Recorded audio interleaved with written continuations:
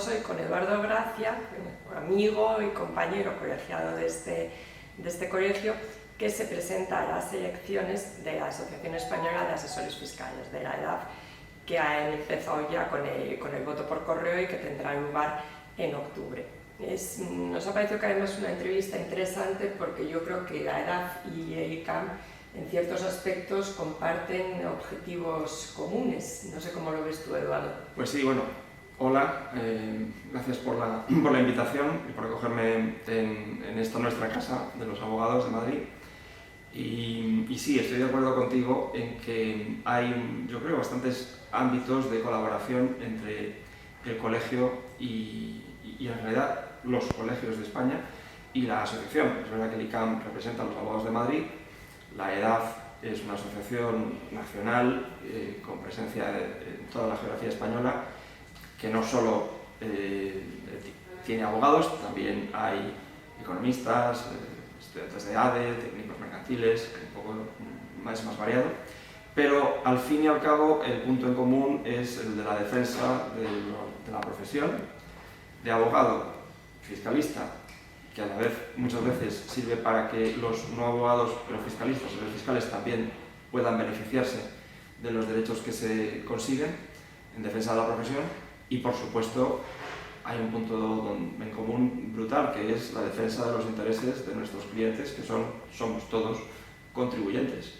Y eso es algo que, como decía el presidente americano, pues solo hay dos cosas ciertas en la vida, ¿no? La muerte y los impuestos, ¿no?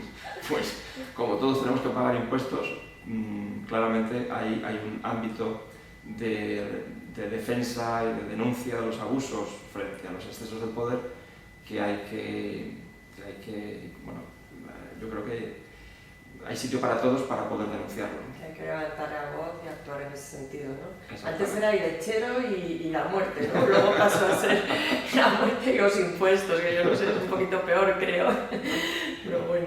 ¿Y a colaboración, cómo ves la colaboración entre ICAM y la EDAF? ¿En alguna cuestión se ha colaborado antes, alguna jornada que tuvimos sí. aquí hace poco, en esta misma sala? Pero yo creo que hay otros aspectos, ¿no?, en los que se podría colaborar. ¿Cómo ves tú esto? Sí, para empezar, desde luego, la formación es otro ámbito común, tanto para colegiados como para asociados de la EDAF, en el que hay muchos ámbitos de colaboración. Y de hecho hay muchos asociados que son colegiados, tanto en Madrid como en Barcelona, como en toda España, obviamente. Con lo cual ahí claramente hay un ámbito de colaboración importante. Y la última vez que estuvimos aquí tuvimos unas jornadas estupendas sobre fiscalidad internacional que fueron un éxito, la verdad. Y pudimos invitar a gente bastante, pues muy importante de la Comisión y de la OCDE, ¿no?, y del Ministerio. Pero vuelvo otra vez a lo de antes, ¿no? Yo creo que el ciudadano es hoy casi más contribuyente que ciudadano. Hay un poder tributario que es esencial está claro, para el funcionamiento de la democracia, en cuanto a que obtiene recursos para un Estado democrático y social de derecho, pero en esa búsqueda de recursos, pues no siempre, digamos, atiene uno a la ley, o a veces la ley está mal hecha, y ahí hay mucho campo para poder denunciar, pues, procedimientos legislativos mal definidos. Tenemos un ejemplo muy claro en la campaña del impuesto de grandes fortunas, que ahora mismo acaba de empezar, cómo se ha hecho mal una ley, y eso va a acabar perjudicando los intereses recaudatorios para los que se creó. Luego hay malas praxis en la administración que hay que denunciar, incluso en los tribunales, y en eso la EDAF es particularmente, yo diría que activo, o ante la Comisión Europea si vemos que hay algo que se puede denunciar, como ha sido el caso del 720. Sí. Y yo creo que ahí con los colegios también hay mucho campo donde se puede colaborar, porque todo esto está basado en la aplicación e interpretación de la ley. Sí, que la defensa del crédito tributario no puede justificar cualquier cosa, ¿no? Efectivamente. Y otra cuestión en la que se colaboró mucho desde este colegio es el ADAC 6, la transposición de ADAC 6, el secreto profesional, porque afecta directamente a otro ámbito, por supuesto. Y otro ámbito en el que acabamos de obtener una pequeña victoria con la suspensión de el formulario que obligaba a los abogados y por ende asesores fiscales que habían participado en un asesoramiento al cliente, pues a identificarse indirectamente ante el resto de intermediarios, pero ya identificarse y por tanto a dejar de respetarse el secreto profesional. Con lo que, bueno, pues el Tribunal Supremo no se nos ha dado la razón tras la sentencia del Tribunal de Juez.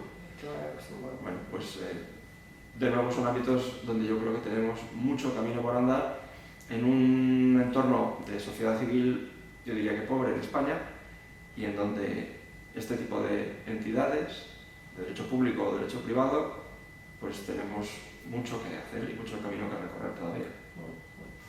Y cambiando un poquito de tema, ¿cómo crees que es ahora la profesión del abogado fiscalista, del asesor? ¿Qué retos crees que se enfrenta ahora a gente nueva que está empezando? ¿Cómo crees que se tendría que preparar? Sí, de hecho, una pregunta que me hacen regularmente es si volvieras a empezar ahora como abogado, ¿serías abogado fiscalista? Y no es fácil de decir la respuesta, ¿no? Pero digamos que hay, yo diría, dos grandes ámbitos, dos grandes retos. Uno es el reto regulatorio y el reto tecnológico.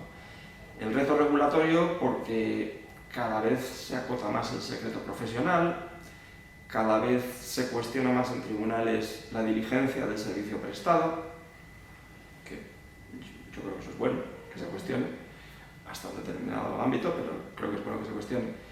En el tema del secreto profesional hay que defenderse, porque si no hay secreto profesional no hay democracia. No hay democracia, es que no hay democracia. Y en el ámbito tecnológico, bueno, es que yo creo que no es posible ya, empezando por la propia administración, que lo hace todo de manera tecnológica y nos guía a todos para que todos lo hagamos marcando las casillas que ellos nos dicen que hay que marcar en los diferentes programas, pues el abogado también, el asesor fiscal, tiene que ser consciente de que tiene que dominar mucho más nuevas tecnologías, primero para entenderlas, saber en qué campo juega frente al enemigo común, en este caso Hacienda, con todo el cariño, y en tercer lugar, porque sin conocerlas es muy difícil competir ante una diversidad de tamaños en esta profesión que es tremenda, ¿no? Desde organizaciones con miles de asesores o abogados hasta autónomos que son ellos solos. Entonces, para poder competir en eso, y sobre todo si es pequeño, necesitas dar un paso adelante y entender mejor qué herramientas existen para poder competir en mejor igualdad de condiciones. Totalmente de acuerdo. Creo que me vas a contestar la pregunta inicial, ¿eh? Si volvieses a empezar, si volverías a ser asesor fiscal. Bueno, vamos a dejarla por ahora. Otra cuestión que yo creo que siempre está en el foco, ¿no? es los impuestos que pagan las grandes empresas. De verdad, yo trabajo más con empresas y mucho con empresas grandes, y parte de lo que me preocupa y de mi labor estos años ha sido poner de manifiesto que se pagan impuestos y se pagan mucho, ¿no? ¿Por qué es esta mala prensa? ¿O qué crees? Yo creo que se pagan muchos impuestos, todo el mundo en España está pagando muchos impuestos y es falso que la gran empresa no los pague. Se manipulan las cifras, se mezclan ingresos con pago de impuestos en España sin tener en cuenta que esas multinacionales ya han pagado en otros territorios, en otros países, y luego tienen derecho a un crédito de impuesto en España, porque es lo que se ha comprometido España con los convenios de doble imposición y sin convenios también, para fomentar la expansión exterior, que también nos ha venido cuando hubo crisis financiera, porque mucho empleo se mantuvo en España gracias a esas multinacionales que habían salido antes. O sea que yo creo que es bueno que las haya y claro que se pagan impuestos. Y creo que en el fondo es una forma de intentar tapar otra realidad, que es que aquí en España pagamos muchos impuestos. El esfuerzo fiscal es muy elevado para los individuos, para las personas físicas. Claro, es más fácil poner el foco en unos pocos que de alguna forma sirve para obviar el gran problema, que es que España tiene un déficit estructural primario elevado, y que al final, para poder superarlo, necesita cobrarle muchos impuestos a mucha gente. Impuestos y cotizaciones sociales, las dos cosas, al final es muy parecido. Y creo que algo de eso tiene que ver, ¿no? Poner el foco en unos pocos para olvidar la realidad, que es que cada vez que hay una subida de impuestos o una reforma fiscal, a quien se imponen nuevas obligaciones tributarias, nuevos impuestos o subida de tipos, es a los que al final acaban pagando esta fiesta, que somos los contribuyentes personas físicas. En su hay una masa de contribuyentes, ¿no? Por mucho que grabes a unos poquitos no vas a conseguir. Sí, pero es que yo esto siempre me planteo si realmente el resultado no es el contrario, ¿no? Porque al final es que estás afectando la credibilidad del sistema. O sea, para mí no me parece bueno que la gente piense yo tengo que pagar cuando hay unos pocos que no pagan. O sea, me parece que casi debería ser al revés, ¿no? Estoy totalmente de acuerdo. En España se pagan muchos impuestos y la inmensa mayoría de las personas lo pagan, físicas y jurídicas. Poner el foco y apuntar a unos pocos pues es como en la Edad Media con los judíos, ¿no? Pero no me parece a mí que eso sea lo ideal en un Estado social y de derecho, ¿no? Totalmente. ¿Hay tanto fraude en España? Pues yo creo que hay mucho menos del que había. De hecho, escuchando en los últimos tiempos a Jesús Gascón, secretario de Estado de Hacienda, en varios foros, la realidad de la pandemia parece que el bichito ha hecho bastante más por acabar con el fraude fiscal que todas las leyes antifraude hechas en los últimos 10 o 15 años, ¿no? Los datos de recogida de dinero en cajeros han bajado muchísimo en comparación con los pagos hechos por tarjeta. Vamos, es que se han dado la vuelta a la tortilla, él lo dice, no sé los datos de memoria, pero él lo dice, ¿no? Eso indica que hay mucha más transparencia.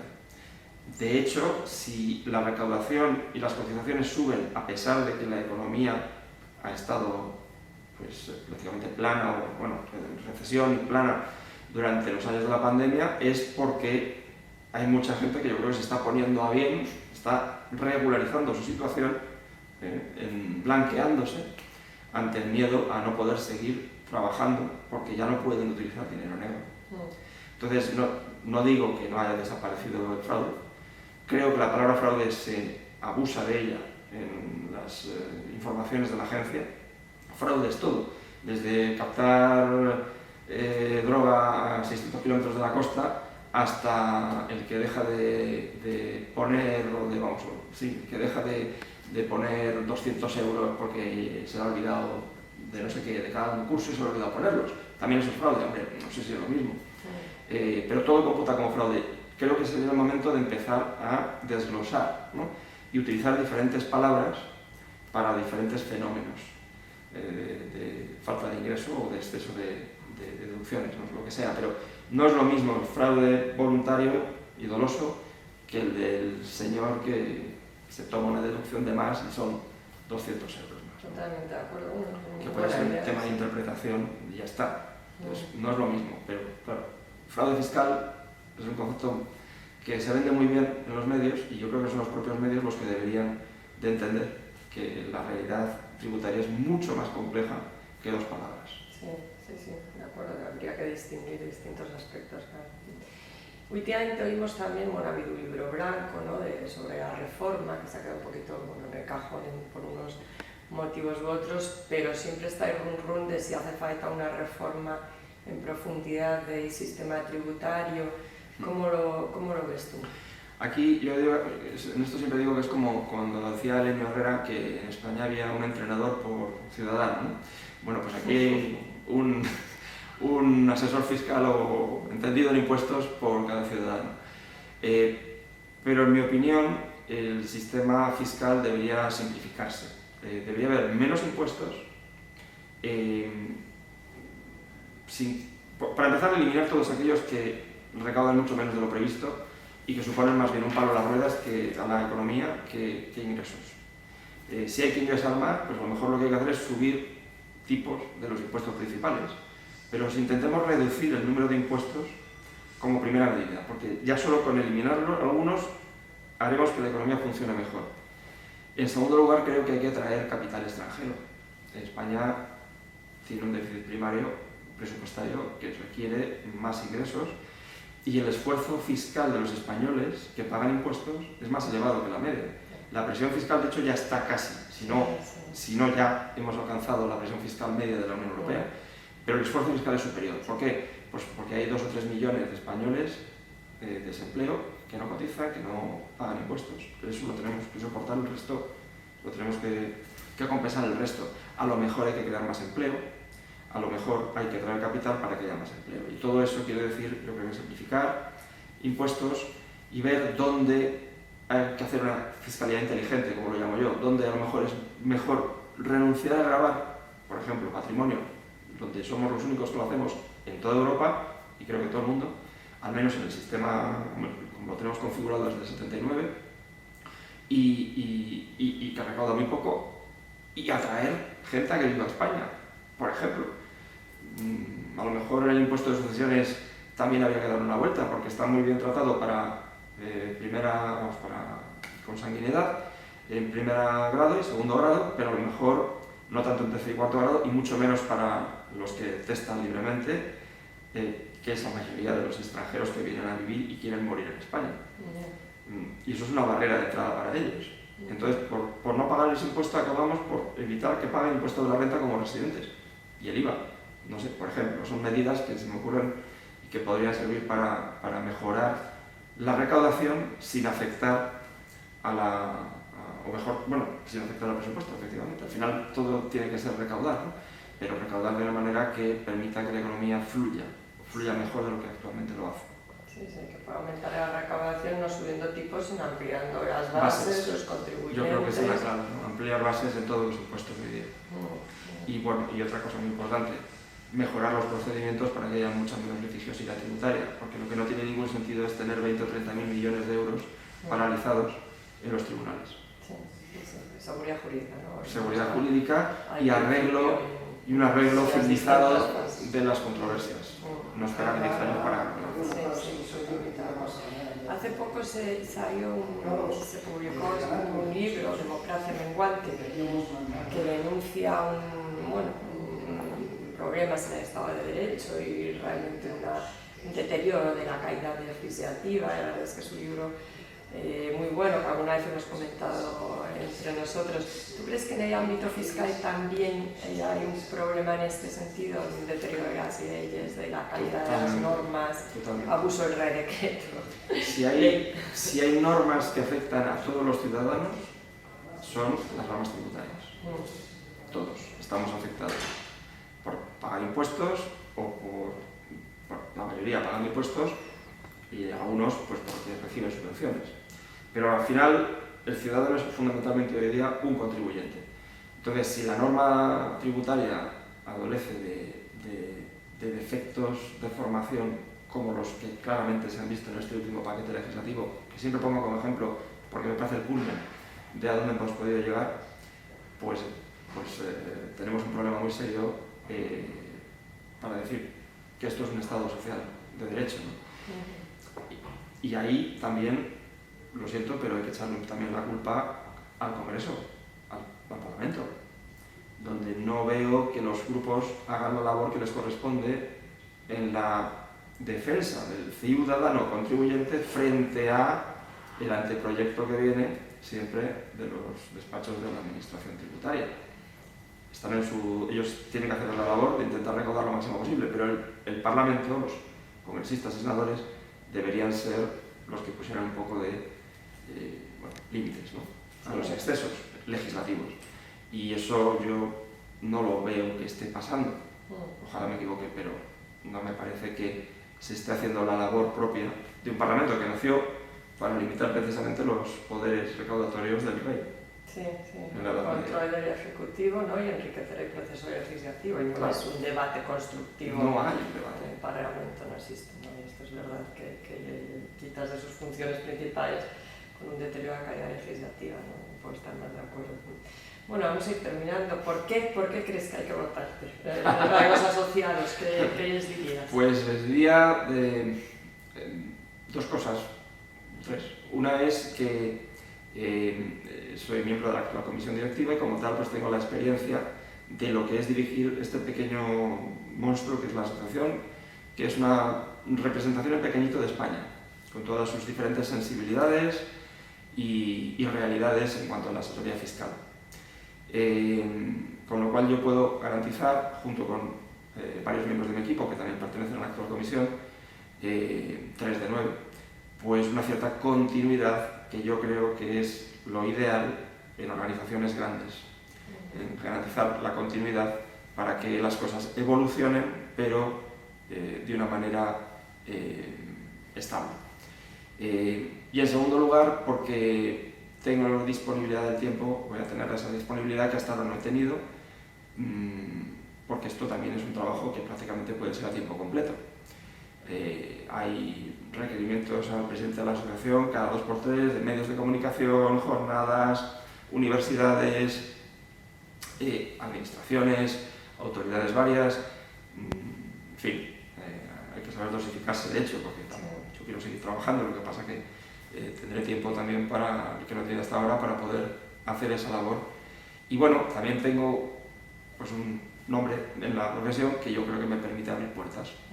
Y bueno, yo diría que esas son las razones. Bueno, y una cosa muy importante también, sé lo que hay que hacer para digitalizar la profesión, porque ya lo he vivido.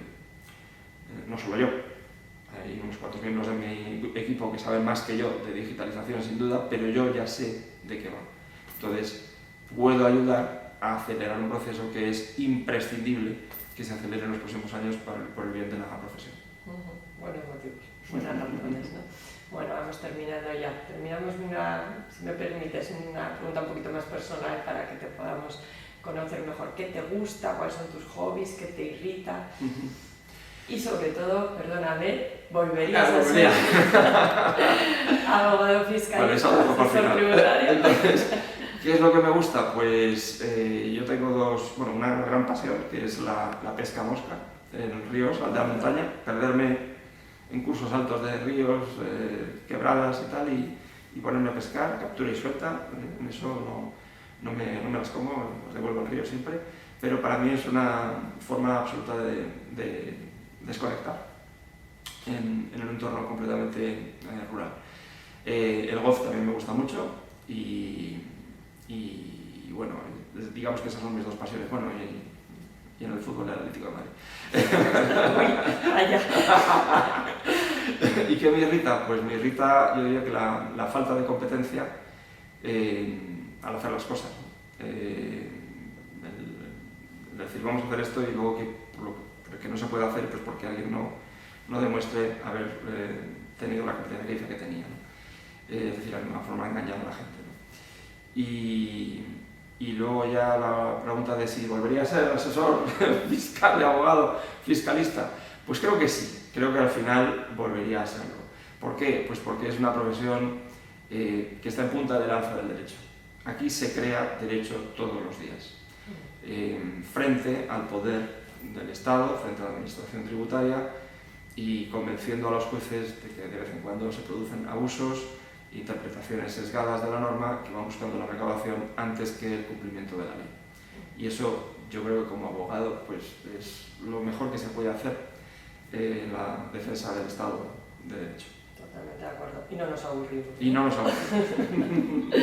Bueno, muchísimas gracias, Eduardo, y muchísima suerte en esta larga campaña, ¿no? Sí, que ya se por puede cierto, votar. si llego a presidir, propondré el cambio del procedimiento electoral porque no tiene sentido que sea tan largo. 4 meses, ¿no? Lo lógico es una campaña y luego unas votaciones, pero en ese orden, no todo a la vez y tan largo. Porque no... Bueno, pues mucha suerte y muchas gracias por venir al colegio. Muchas gracias a vosotros.